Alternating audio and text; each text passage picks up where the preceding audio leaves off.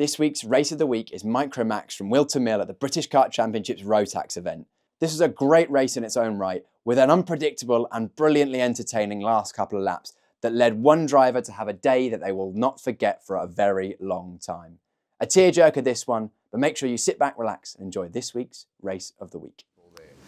What price a win for Chloe McGill, I wonder? She's knocking on the door as the lights go out and we go racing in Micromax. It's almost happened. Yeah. I'll say this. She's not yet done a full race battling for the lead. She's got close to the lead, but I think she needs a couple of those races like, you've got Masiokas, Pahal and Page. They are used to running at the front, battling in and out of the lead. They'll, swap the lead over 3 or 4 times a race. McGill is in that sort of secondary pack of drivers who could win, but they need a bit of fortune to go their way. I'd like to see, what would happen if Chloe could get up there and stay in that lead group in the top 4, because again, she puts in the cheeky, sneaky last lap passes all the time. But yeah, it's interesting to see, it's not far off, is that win. The same for Dimitar Uzanov, for Dimi, in the number 62 kart. Now, of course, you had a penalty in the first race, and I'm thinking back at the O plate of the start, at the start of the season, Dimi was the first victim of the new sort of rules about defensive driving, yes, changing your line. On the run up to Christmas corner, he went from the inside defending and then swung out to take the racing line going into the corner. Your traditional move that everybody did up to the end of last year, that's now not allowed. It's one defensive manoeuvre. And I just wonder if he may have fallen victim to that again in the heat number 1. He did have a penalty. We couldn't figure out if there's any in-contact driving, but maybe it was to do with that. And of course, it is so difficult, because if you defend going up the hill, going to this corner, if you are a sitting duck coming out of the corner. So, it's a very difficult decision you have to make. It's so tempting just to swing out and take the racing line. Of course, it's force of habit. It's something that these drivers have been doing all the time. They've now got to re-teach themselves how to drive defensively. Now, there is McGill up behind Harris Barber. We've got a 6-kart breakaway up at the front. It's looking good at the moment, this race, yep, to deliver a little bit of spice in the second half of this second heat of the day. See a couple of comments. When's the next junior Rotax race out? 5 o'clock. We've got this race and then 2 qualifying sessions for the Tillotson T4s, and then that final bit of competitive action here today at Whilton Mill to round things off here on Heats Day Friday. Bit of movement now, I mean, I'm not, please don't think I'm asking for people to have penalties. But of course, there is a clarification, or the rule book this year has changed, But again, as long as there's been tarmac going up the hill to Christmas corner, that's been the move. Yeah. Defend and then swing out wide to take the racing line. And it is difficult to, number 1, police. Yep. It's difficult then to the drivers to get out of breaking that habit. And of course, it's not helped by the fact that we've got some fantastic cameras all over the car. But of course, it is a tricky one. It is a tricky one. And I can see why it's being done. Hey, you want to defend? Fine. You defend, but then that's your bed, you lie in it. You can't have the cake and eat it. That's the idea. Charlie Page having a look. I love the way that Dian Bahal said, the track's mint. I love the track. And Charlie was mint. Oh, dear. Oh, that's the 34, Freddie Walker, out of this race. Freddie, understandably, not too happy. That looks to be a technical problem on the kart. Hands on hips. That's race over. And Freddie I promised Freddie that we'd interview him in the paddock show at Kartmasters, because he goes, can I have an interview, please? Which is great. Anytime a young driver comes up to me and goes, can I have an interview, please? That's fantastic. That's what we want to see. Drivers not being afraid of the media. And of course, I said I would interview. I would give him an interview on the Paddock Show at Whilton Mill. It's not going to be a happy interview, though. Just to mention as well, we'll have Rear Tools Wheel Change Challenge back in action this evening. If you missed out on Kim Bolton, you missed out on the action. We saw some stellar times. Excellent. At Kim Bolton. So Rocco Shenton is our new leader on the board. So, so if you want to take on Rocco against the world, well, get what you need to do. You need to go down to Race Centre. Yes. For the end of the last race of the day. Be there, ready to go, and you can take part if you're there first.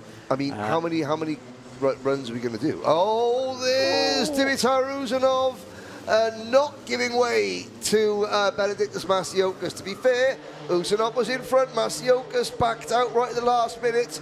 It's cost Benedictus a couple of positions. It's also cost him a place in the lead group.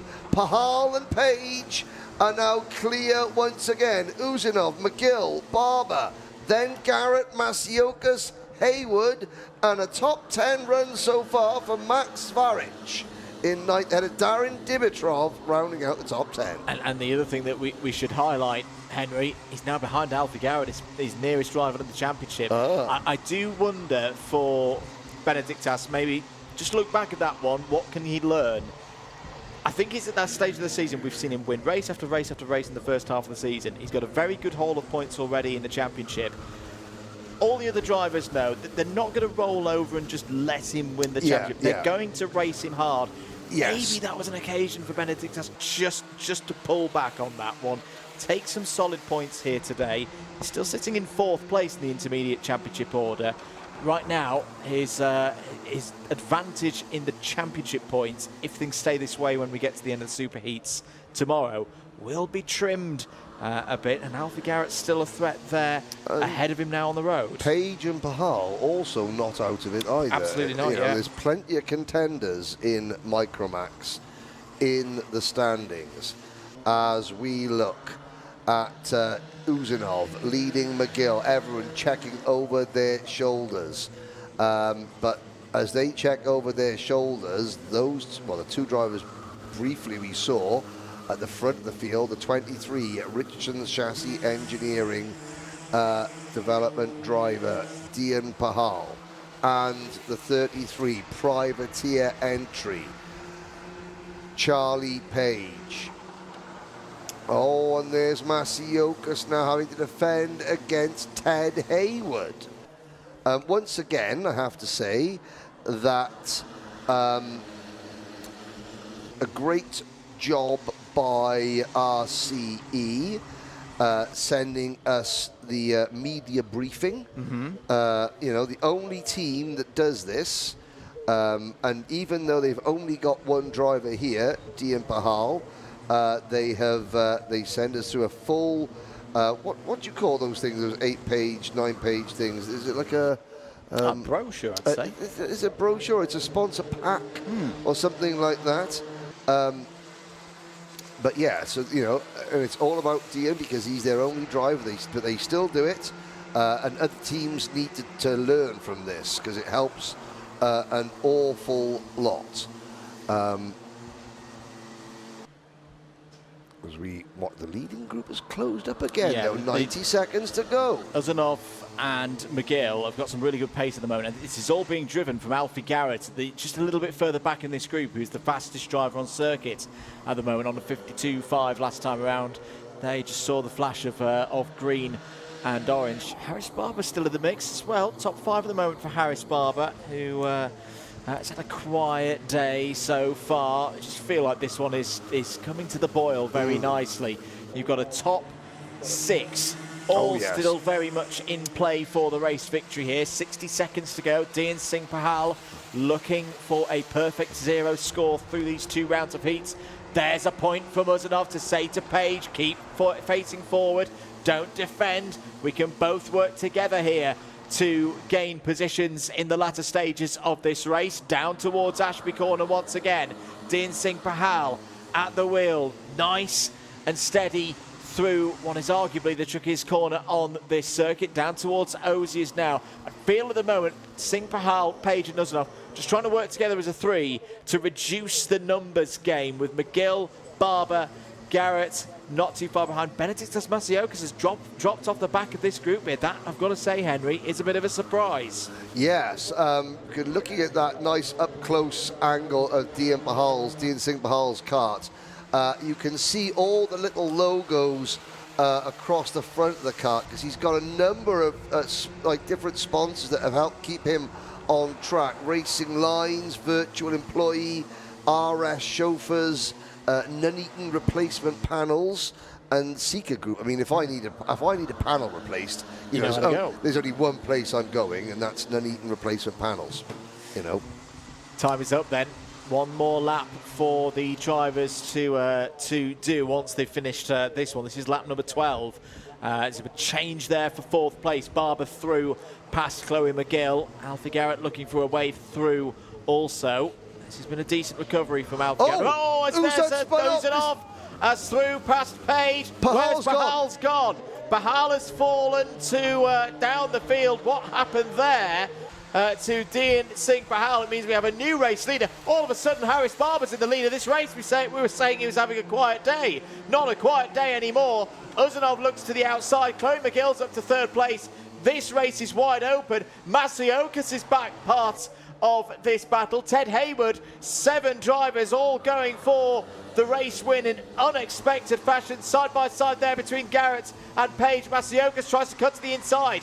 Gets back ahead of his teammate. Harris Barber continues to lead this race onto the back straight. Dimitar Uzanov still there in 2nd place. Uzanov trying to get Barber off the racing line. Is there going to be a route down the inside? Uzanov down the inside, side by side towards the new chicane. Oh. Over the curb, inside line, sprint to the finish. Here Chloe comes McGill. Chloe McGill. This could be the day for Chloe McGill, It is. who takes heat 2 in dramatic fashion in Micromax UK. Page 2nd, Uzanov 3rd, Barber 4th. Rack it up. There we go, Henry Beaudet. First contender for Alpha Live Race of the Week. And there's Chloe McGill's dad there, just running in. And hang on a second. That's a real breakthrough result. And it's been coming. It's been coming for the last really 6 weeks. Really nice for Dini Uzanov as well. Oh, and you can see the emotion for Chloe McGill. And now the smile, and now the hug. Says it all. Says it all. That's what this sport is all about. And as I say, for some people, it's a start. It's a heat. Tomorrow, you never know. It could be a final. It could be a final. One to remember, definitely. It was a tough race. On the start, we dropped back a bit. I just kept calm and positive, and I was like, come on, I can win this.